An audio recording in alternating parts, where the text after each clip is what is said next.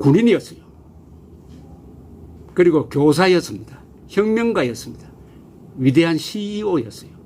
이 네 가지 역할을 참 잘했습니다. 특히 이분의 품성이 항상 교사적 품성을 갖고 있었습니다. 교사적인 사람이 위대한 지도자가 됩니다. 이병철 같은 분이 교사적 경영자입니다. 교사적 경영자. 박정희는 교사적 혁명가예요. 교사는 위대한 사람들입니다. 교사는 남을 가르치는 사람이에요. 남을 사랑하는 사람입니다. 사랑하는 사람이 있으니까 가르치는 거 아닙니까? 아니, 사람을 가르치는 게 얼마나 힘이 듭니까? 명령하면 그만인데 가르치는 사람이었어요. 박정희 대통령이 1961년 5월 16일 새벽에 KBS로 들어가서 박종세 아나운서를 잡아오니까 혁명공약 인쇄된 걸 딱 주면서 이걸 읽으라고 하면 될 텐데 지금 시간도 바쁜데 앞에 두고 왜 우리가 혁명을 할 수밖에 없었는지 거기서 일장 강연을 했어요. 그게 교사입니다. 교사. 그냥 읽으라고 하면 될 텐데 읽는 사람도 이 취지를 이해해야 될 거 아니라고 하면 그렇게 바로 그런 사람입니다. 그런 박정희.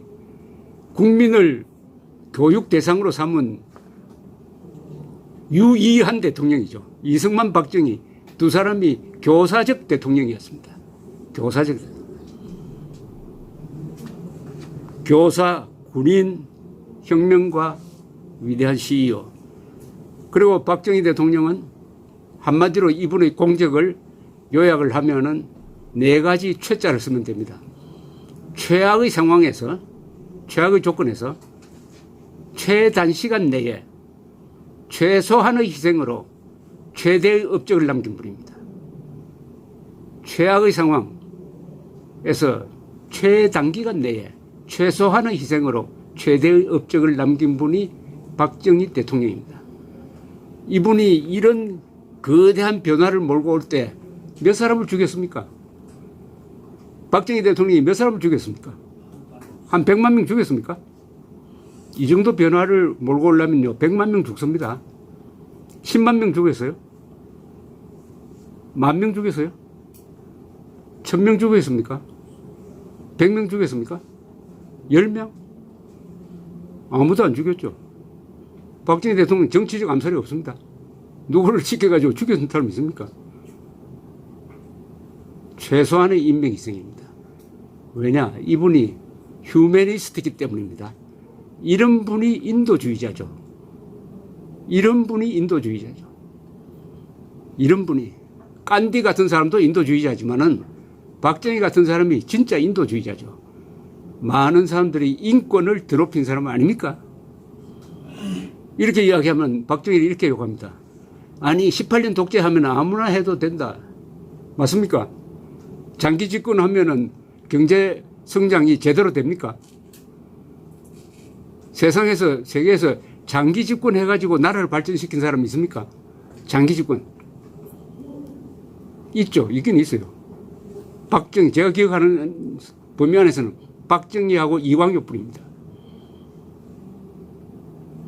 어제 이틀 전이구나. 짐바브웨라는 나라에 로버트 무가베라는 독재자가 죽었어요. 이 사람이 37년 동안 독재를 했습니다. 37년 동안. 한때는 인기 있는 사람이었어요. 무장 독립투쟁을 해가지고 남로데시아에서 무장 독립투쟁을 해가지고 백인 몰아내가지고 정권을 세웠다. 영웅이었습니다.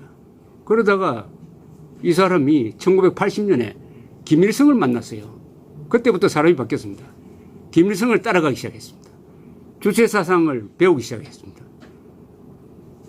김일성 제자가 되어버렸어요. 그래서 나라를 망쳐버리고 말았습니다. 그 좋은 나라, 아프리카에서 매우 좋은 나라입니다. 빅토리아 호수가 있는 근사한 나라인데 몇 년 전에는요, 인플레가 연간 5천억 %, 5천억 %. 화폐 유통기한이 있습니다. 이 화폐는 언제까지만 쓰라. 이렇게 철저하게 망가뜨려 버렸습니다.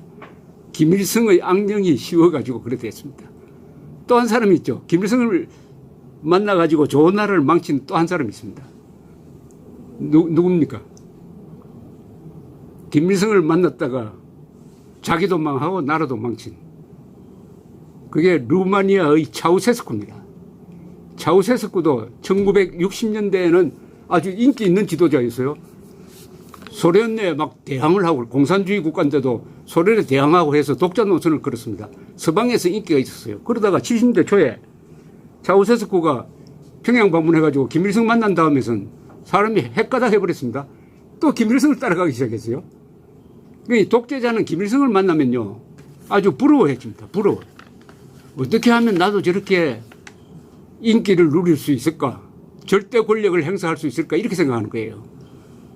그래서 잘 나가던 루마니아를 망치고 1989년 12월에는 민중봉기를 만나가지고 비행기 타고 도망가다가 마누라하고 같이 총살된 거 아닙니까? 저는 이 악령이란 존재가 있어요. 악마적 존재가 있습니다. 김일성하고 뭘 해가지고 거래하다가 잘된 사람 한 사람도 없습니다. 비명 행사한 사람 많습니다. 제가 여기서 구체적으로 실명을 김일성, 김정일, 김정은하고 뭐 비밀리에 뭐 해가지고 거래해가지고 하는 거는, 이것은 악마와 영혼의 거래를 하는 겁니다.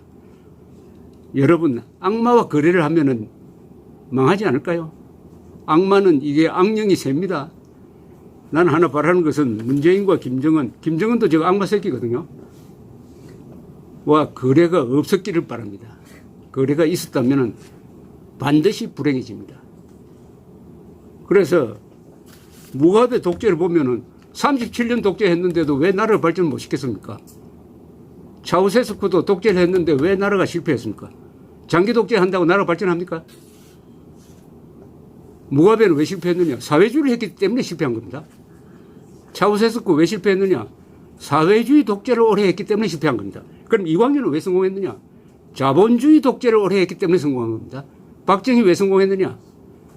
자본주의 시장 경제를 버리지 않는 장기 집권을 했기 때문에 성공한 겁니다. 간단합니다. 자본주의를 유지하는 독재는 성공합니다. 할 수가 있어요. 다는 아니죠.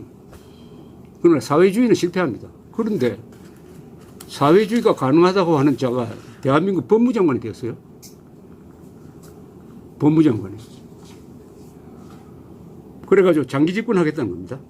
사회주의 플러스 장기 집권 반드시 망한다. 사회주의 플러스 장기 집권 반드시 망한다.